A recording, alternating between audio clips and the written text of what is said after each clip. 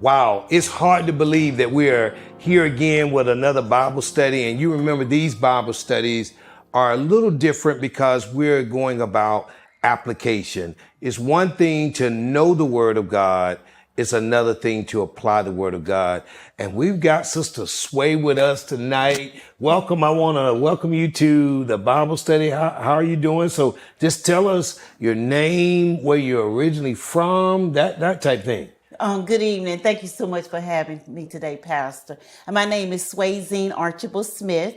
Most people call me Sway. Sway. I grew up in the 27610 area code. Wait a minute. Can anything good come out of 27610? Everything good come out of Southeast Raleigh. And it's a pleasure to be here. Yeah, well, we're excited about you being here. You just don't know. And I really want to dive into that 27610. Although somehow or another, people have looked at 27610. I remember being at Wake Tech, and at Wake Tech, that was our targeted area where Dr. Rawls introduced to us about that, especially the state of North Carolina, but especially that 27610, is that many of the people, how they started, whatever social economic level they were, many of them, that's where they would remain. And so he wanted us to target 27610. But what are your thoughts about that in general? Well, 27610, back in the day, there was a lot of struggle. Okay. But you had parents and people in the neighborhood that looked after everybody. Okay. So if your child went to Carnage, you had teachers there that knew your parents. So everybody knew everybody. And most of the time, most of the people got along with each other. Most of the students got along with each other. And we always looked after each other. Okay. So wherever we went, there was always somebody watching over you and making sure that you were okay. Well, you do know that you're one of the few that actually is from Raleigh. Raleigh has now become whatever we want to call it, the mega, the whatever that is. Metro. Right. So when you look at that and you hear about the 27610, does that even bother you at all? Or you just, your goal is to say, wait a minute. No, I'm very proud to be from 27610 because I know that the things that were going on then in the 27610 has changed a lot. Okay. And really it helped me to be the person that I am today. And what can you elaborate a little bit on that?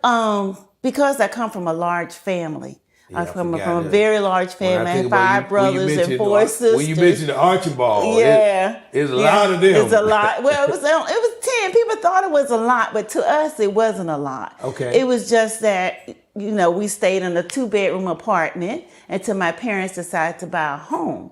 So 2-bedroom with 12 people. With 12 people, exactly. Wow. Exactly. How was that? It was great, because we didn't have a whole lot, but we had love.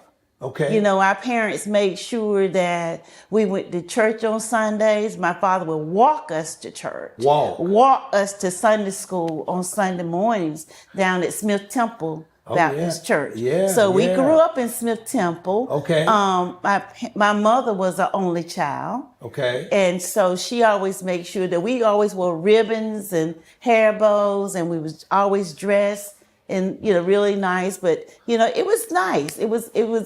Some people think it was bad, but we know what a struggle is. Where we came from and where we are today. So we had to work very hard. So from a 2-bedroom, 12 people in there. That's right. That's a lot. It was a lot. It was a lot. And then they were able to buy a home. Eventually, in the 60s, my father went out and bought a home in Kingwood. But I remember we had bunk beds.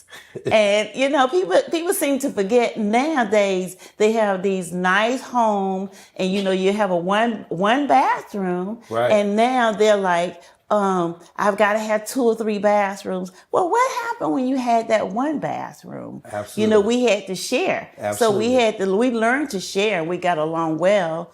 So now we have these big homes and people don't want you to come to their home Right. and whatnot. Right. But, you have to think about where you came from. Where you came from. And coming from that, what I found amazing is you walked to church. We walked to church. We Can walked I can't- everywhere because I my can't parents even didn't have a imagine. car. Now, so no car, There was not a car. but they felt that they wasn't so much concerned about a car, wasn't so much concerned about a house at that time. No. But you went to church. We went to church, and my father stressed education and making sure we stayed on the right track Oh, wow. at all times. Oh, wow. At all times. What did that do for you, though? Is that where you got your foundation about having a relationship with God? Well, back then, sometimes when my father would leave and go out, my mom was always at home. She was a homebody. Okay. And she said, I'm so tired of y'all doing something all the time. So what she did was, there was this big white Bible that stayed on the coffee table. Everybody had, am I correct? Yeah. In the living room. In the living room. In the middle, that big white Bible. That big white Bible. Absolutely. And so sometimes instead of whipping us, and she said, I've talked and talked and I've talked it out. She said, go and learn a Bible verse for this week. Oh, wow. So that was part of our punishment. We had to learn a new Bible verse. And sometimes you would come back with the same Bible verse. She said, no, you did that one last week. So wait this way. Did you get in trouble enough that I tried not to get in trouble. Okay. But I did get in trouble sometimes because I was that prissy one. Okay. And no, I tried not to get in because I didn't like to be in trouble. Okay. I like doing things, and we played a lot. Okay. You played outside a lot. And when you went outside, yeah, you went outside. You went outside, and that was it. That door wasn't going to keep going in and out. You was not going in and out, and you had your great Kool-Aid. Absolutely, got to have the Kool-Aid. Great Kool-Aid or the frozen cup. The frozen one, and you just put a toothpick in there. That's right. Absolutely, or one of those little sticks, little pop stick in, and we had those, and they were the best. They were the best. And in the summer months, yes. Oh, and you couldn't let any of it go. Flip-flops. And flip-flops. That's right. You had the little shower shoes. Absolutely. Yeah. Absolutely. So, we understand where we came from. Right. And we understand that if it had not been for God being there, because our mother didn't have a lot of family to help her in raising us. So she had to do it all. So she had to do most of all of it. Wow. And our dad would come in and he would say, did your mom tell you to do this? Right. Did your mother tell you to do that? And when you hear that. And then when you hear what he had to say, you had to move. Absolutely. Because right then. Absolutely. He didn't care about your charm. Right. Or daddy, I didn't do that. No, I didn't. He could look at you and tell that you were guilty. And then it was on. It was it. Yeah. Mm-hmm. So you all eventually move into a house, and then you graduate from what school do you want to give a shout out? I went to Ligon the last year in 71. All right. And I really was hoping to graduate from Ligon. Okay. And I ended up graduating from Needham Broughton High School in 1973. Yeah, Broughton High. Yeah. And my plan was to go to college. Okay. And that was the only thing that was on my mind, because I knew in 10th grade that I wanted to be a social worker. Wow. Yeah, in 10th grade, I knew. What made that? What made you? Well, there was a lady that would come in the neighborhood when we stayed in Chavis Heights. Okay. So you one of the originals in Chavis Heights. Yes, sir. Mecklenburg Terrace. Absolutely. Yes, absolutely. Of course, it's not. A lot of that area is no longer there. That's right. That's right. And we lived on Hargridge Street. Oh, yeah. And we lived, back then we moved a lot. Okay. But we stayed together. Okay. So that was the main point. And I was the first out of my 9 sisters and brothers to go to college. And what college did you choose? I chose Spelman Oh, in wow. the beginning. Oh, wow. And then my dad changed it and made sure I was with someone that could watch after me. Oh, but you chose Spelman. I chose Spelman. That was my first choice. And right in Atlanta, under that, of course, in the 70s and 80s, Spelman, I mean, you know, in the AU Center and all of that. Yeah. Absolutely. Yes. Absolutely. So he changed it. He changed it. And you because went- we were on punishment, so.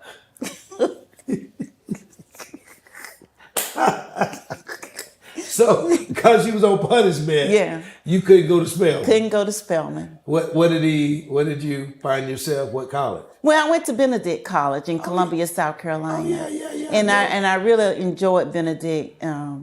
I love the big Benedict Tigers. Have gone a long way. How did you get to Benedict?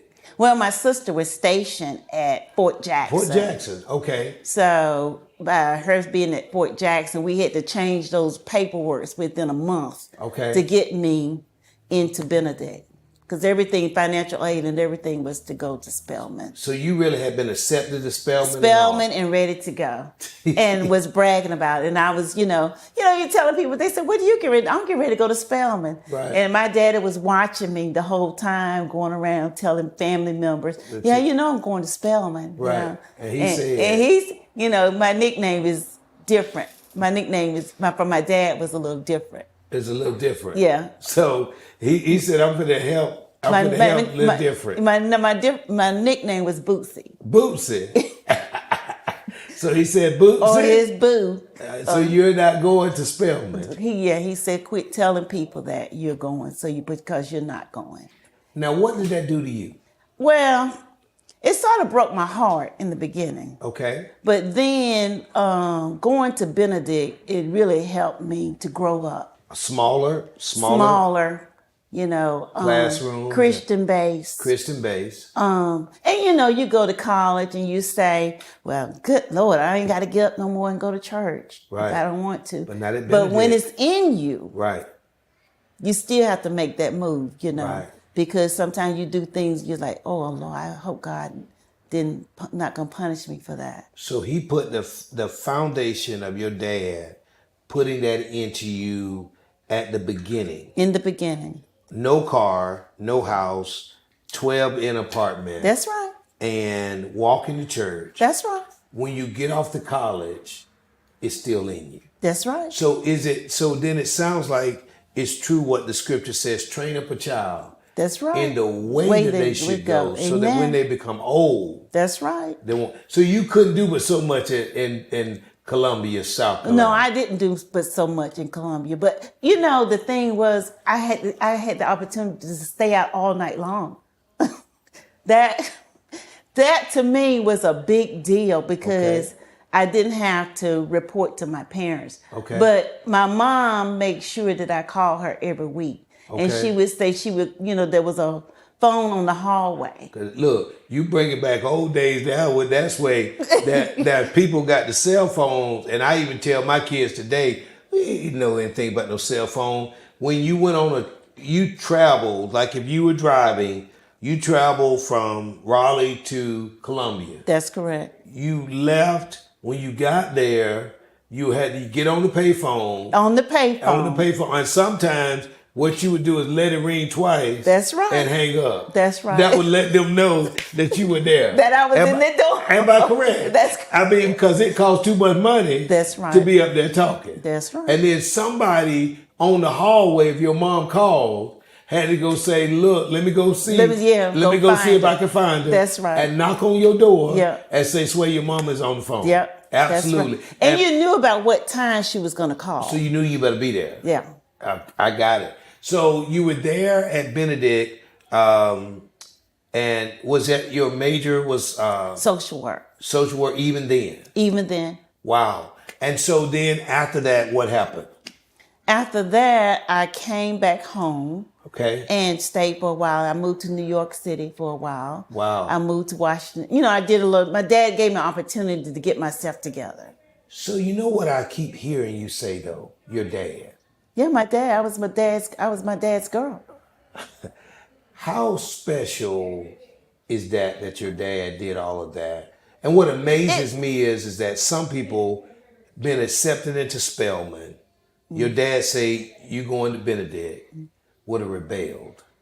No, not with my father. I would not rebel. I was a little upset, but to me, our parents knew what was best for us. Oh wow. Oh wow. Yeah. And so you trusted them. Yes. To say, hey, I know you've been accepted in Spelman, but you're going to Benedict. Exactly. Because you got a sister who's at Fort Jackson who can watch out for you. Yes. How important is family? Even today, having those growing up, how important is family today to you? People would not believe that family is your rock. When I first came to Juniper, right. I was a little bit messed up and it was because my sisters, two of my older sisters were sick. Okay. And it sort of disturbed me because I have 4 sisters older, and they all was going through something, and I was the one that had to go and do what I had to do to make sure that things were okay for each one of them, with different situations. Wow. And I only knew that God had to help me get through this. Right. Because other than that, I wouldn't have been able to do it.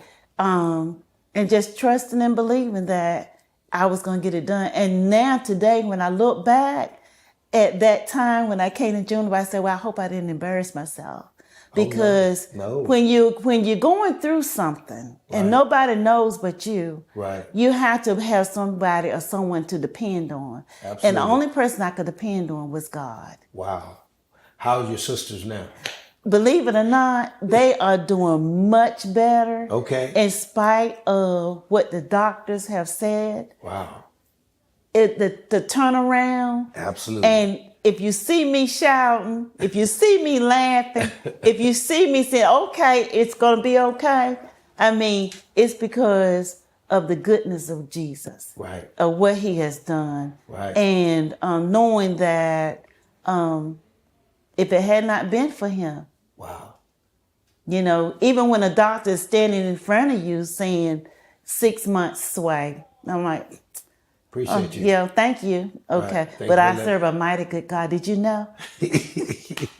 And even doctors, I think that becomes that test. What are your thoughts about sometimes attacks on your body, and then you have to be at a position of, I got a choice. Either I can listen and accept what the doctor said, or I can go to another doctor. And I'm not talking about an earthly one. No. I listen and I look at them with a smile. And I say to them, and I say to God, I say, God, you already know. So I just trust and believe. And I had to really grow to that. Okay. I really had to grow to trusting and believing, because growing up, I just knew my parents was going to be there forever, and everything that, I needed to do, it was going to be through them. But just trusting and believing and knowing that God was the only one that could see me through it.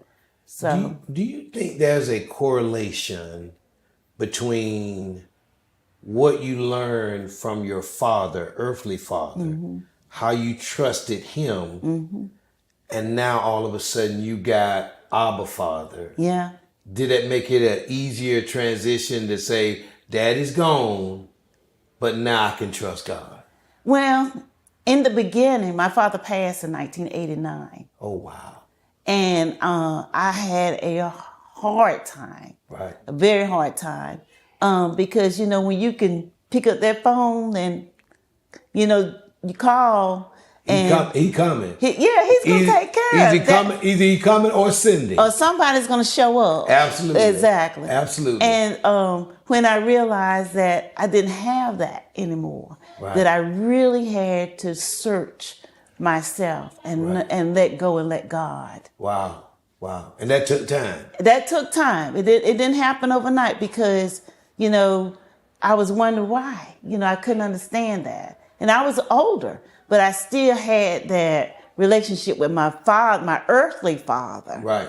Then I had to build and build and build. Although I knew God, I really had to put more trust In God. in God. And now That's where I'm at. If you don't know by now, I'm letting you know. Absolutely. Look, normally at 11 o'clock, that's your normal. Now, every now and then it's 9:30. Yeah. But, but every now and then. Every now and then it's 9:30. But it's 11. It's 11. Right. It's 11, about the 7th or 8th row on the right side That's of me. right. I know where you normally are sitting at and enjoying yourself. Oh, I enjoy myself. Yeah, I'm in yeah. a whole new world. Wow. I'm in my own world. Wow. And I really trust and believe. I really believe that you're preaching to me. I'm in there all by myself. I mean, that's where I am. Right. So everybody else, the other folk, I don't care how many of those. I have no idea who's in there. Absolutely. Until I turn around and I say, oh, hi. But other than that, I mean, I'm in love with Jesus. Amen. I really am. Amen. Because I realized from 1954 to 2023, through it all, through all of that stuff that we thought was us, it was God the whole time that kept us. That's where I'm at. So that's why if I see you standing, dancing, or any of Don't those, even worry, but don't even pay me no mind. Just go on about your business, cause God's been good. Yeah, I'm telling you. God's been good. So New York, Washington D.C., Dallas, Texas. All of these. Yes. All this to get yourself together. No. Because at all those places, I stayed in the church. Oh, wow. I stayed in the church. Church of God in Christ. Oh, wow. Full gospel. Oh, wow. Yeah. Because I'll go on record to say in my era, one of the greatest pastors, preachers, bishops that I ever had, and I followed him, and I cared so much about the what he did. Even when he died, we spent a week being in Memphis, Tennessee, with Bishop Gilbert Earl Patterson. Oh, I have met. Really? Yes, at the upper room. I felt so compelled. Yes. That when he passed, that Renee and I packed the kids up and we spent a week in Memphis, Tennessee. Yes. Went there to the church and, really just could not be part of the celebration because there was multiple celebrations throughout that week. But I just thought the world of Bishop Gilbert Earl Yes, Patterson. Well, one of my favorite pastors. And loved. I knew him when I was a young girl, 9 years old, was Pastor Farrar. Oh, yeah. Pastor Solid Rock. Absolutely. I grew up under him. Oh, wow. Pastor Farrar, he loved us no matter what. You could be out and you can call him and he can say, well, what you doing now? What have you been doing? And I would tell him. And then I came to church one Sunday and I had done something I really shouldn't have done. Right. And he called it out. He said, Sway, you knew that was unequal yoke.